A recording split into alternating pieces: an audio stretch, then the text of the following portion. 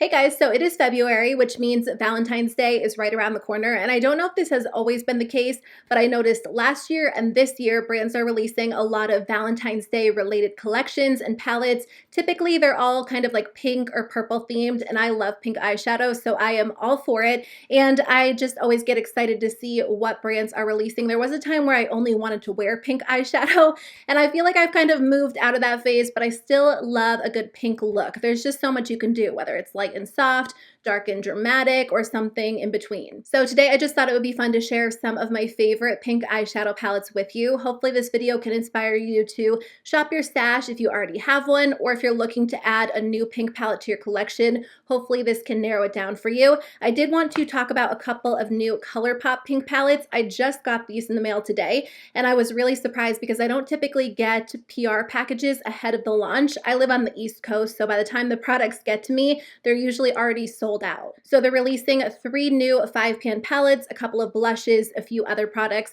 and since I'm talking about pink palettes, I thought these would be perfect to include in today's video. Now, obviously, I haven't had the chance to use them, so if you want to see a full review after I test everything, let me know, but I wanted to compare them to a couple of the other Colourpop palettes I was going to share anyway. That way you can see if the colors are similar enough that you can skip over them, or maybe there is one that you really want. So the first one is called Melt For You. This one comes with 5 different shadows. There are 2 metallics, 2 mattes, and then 1 matte with shimmer in it, but no pressed glitters. This one is a really pretty, light, softer pink palette, so if you tend to do more natural pink looks, this one might appeal to you. There is that brighter pink over in the right corner, so you can probably do something a little bit more colorful. I would say the Colourpop palette that this one is most similar to is their Blush Crush palette, which is one of my favorite pink palettes. Now this one does have some neutrals. It also has some like purpley pink tones as well. So it's not a completely pink palette, but when you do use this, you tend to get more of a rosy look overall. Again, I always recommend this one if you like a softer pink look. And then it does have 2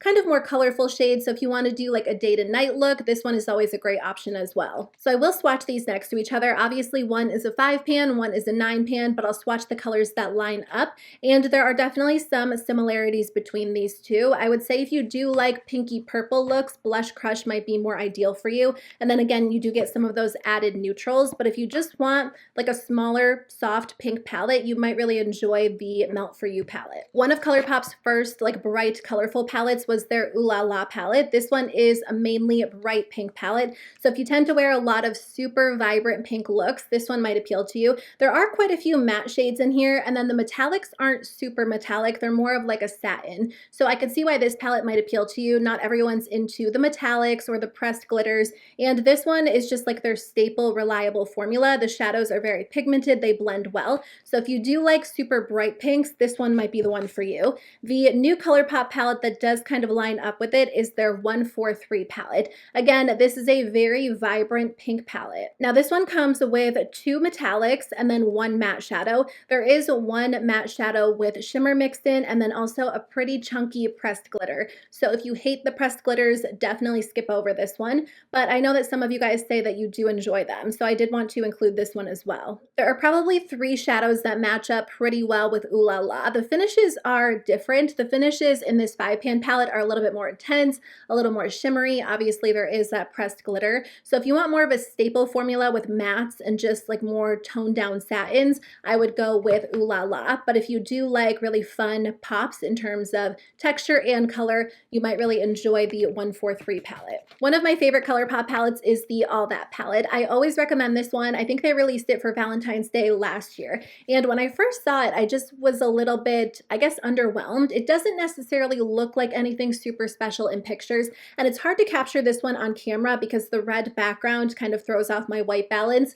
but I'll do my best for you guys. I like this one because you can do all kinds of pink looks. You can do something really soft, something a little bit more sultry. You do get some red tones in here as well, which I think are fun to pull into pink looks too. This one is available on their website, and I saw that it just came to Ulta as well, so I'll link it below at both retailers if you guys want to check it out. So the third palette in their Valentine's Day collection for 2021 is their Sealed With a Kiss palette. This one comes with 3 matte shadows and 2 metallic shadows, and the shades overall are what I would consider to be pretty wearable, so I think this one might appeal to you the most if you do like pink shadows but you don't want anything too pink or too over the top. So when I line them up next to each other, there are probably 3 or 4 shadows in here that do match up with the All That palette. So I honestly would say if you have All That, you could probably skip Sealed with a Kiss. If All That is a little bit too much for you, or you don't want the pressed glitter that comes in here, this might be a really good alternative. It's just a small, simple, curated palette. So I just thought it would be fun to give you an initial look at these new Colourpop pink palettes.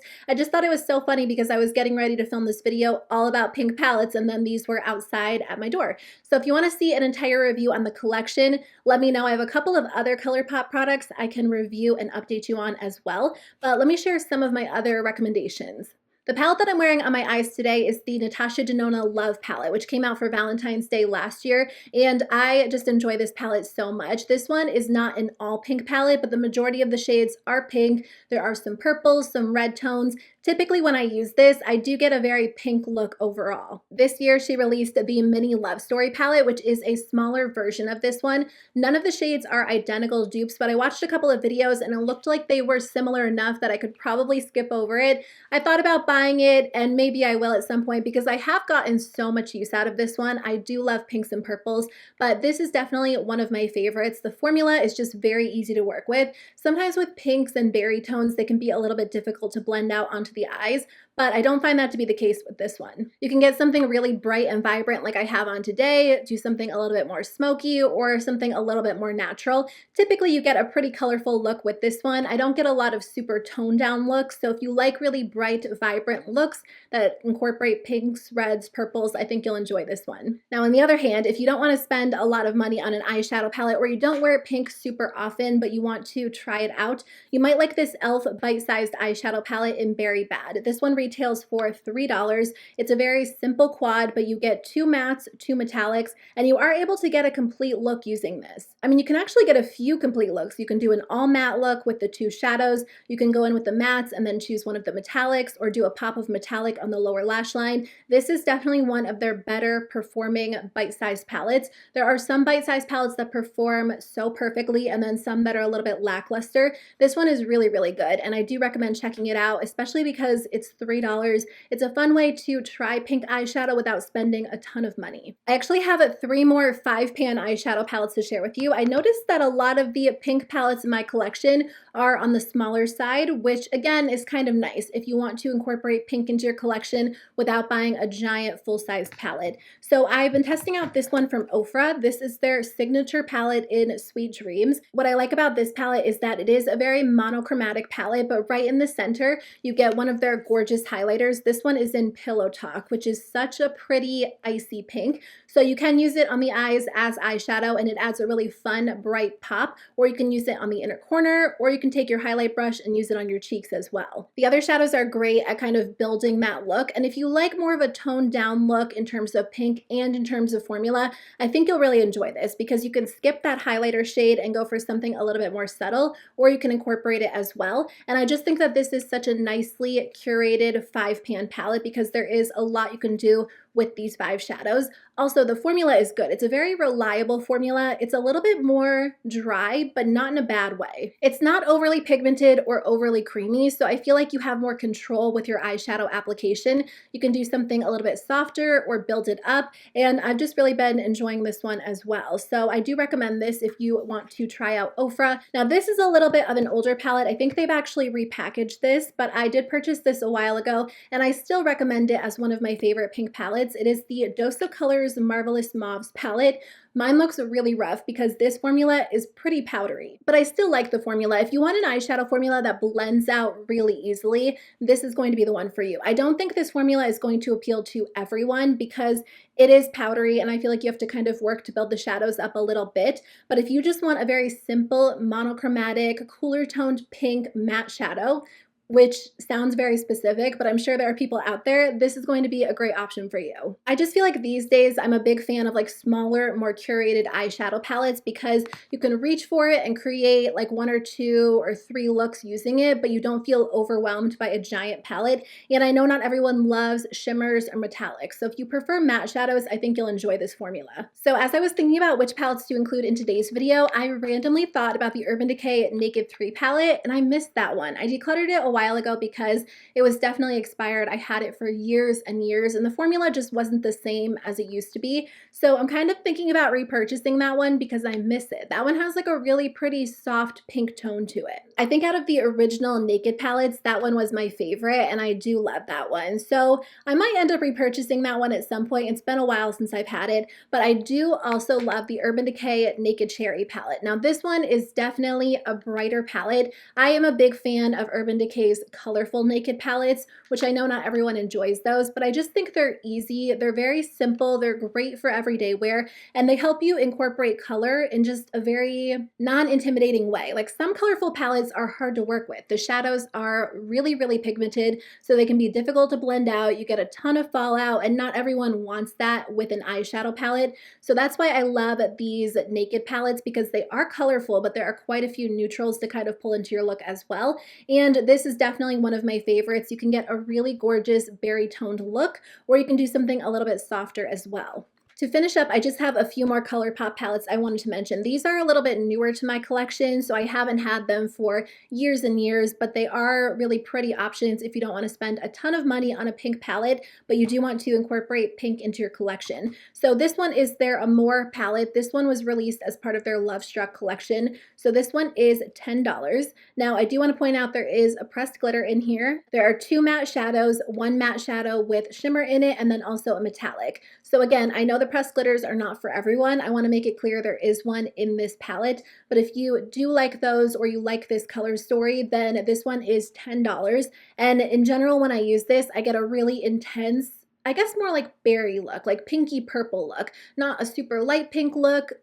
Is this purple? Now I can't decide if this would fall under the pink category or the purple category. They're really close, and there were a few palettes I wanted to include that had like a lot of purples and then some pinks, but maybe I'll do an entire video on my favorite purple palettes. So I don't know. I guess it comes down to whether or not you think this is pink or purple. I feel like it's a plum palette, so that would be more purple.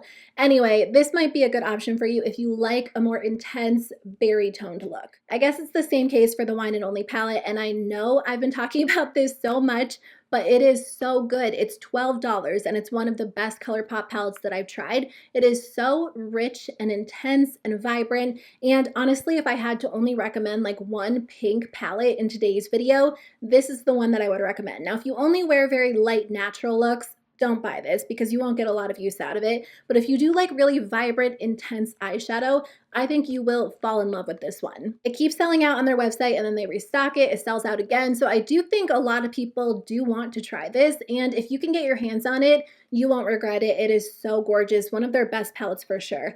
The last Colourpop palette, or just last palette in general, I wanted to recommend is actually one that was part of their holiday collection. This one is the Menagemois palette. So this one is actually on sale on Ulta's website for $14.40, which I think is a pretty good deal because it does come with 12 shadows. This one is really nice because it's a little bit more cool toned. It's almost like a slightly desaturated palette. Some of their palettes are so intense, like Wine and Only, and I feel like it can be a little bit too much for some people who don't like really vibrant shadows. But if you do like the occasional like smoky look, but you also like something a little bit more natural, this one is the perfect in between. Now this one does come with 2 pressed glitters, but you get a good range between mattes and shimmers. There are some light neutral colors to kind of build the look or do something a little bit softer, and then also some smokier shades as well. So again, it's not going to appeal to everyone because of those pressed glitters, but I do think the quality of this palette is really, really good. And $14.40 is a steal on Ulta's website. I think it's still sold out on Colourpop's website, but if it is available when this video goes live, I'll link it below. Okay, so those are all of the pink eyeshadow palettes I wanted to share with you guys in today's video. Thank you so much for watching and hanging out with me. Let me know in the comment section below if you guys have a favorite pink palette that I missed. I would love to hear from you. Pink is just so much fun. I love pink eyeshadow, and I feel like my love for colorful eyeshadow in general has been reignited, which makes me really happy. So anyway, I hope you guys are doing well. I will see you guys very soon with a new video. Bye.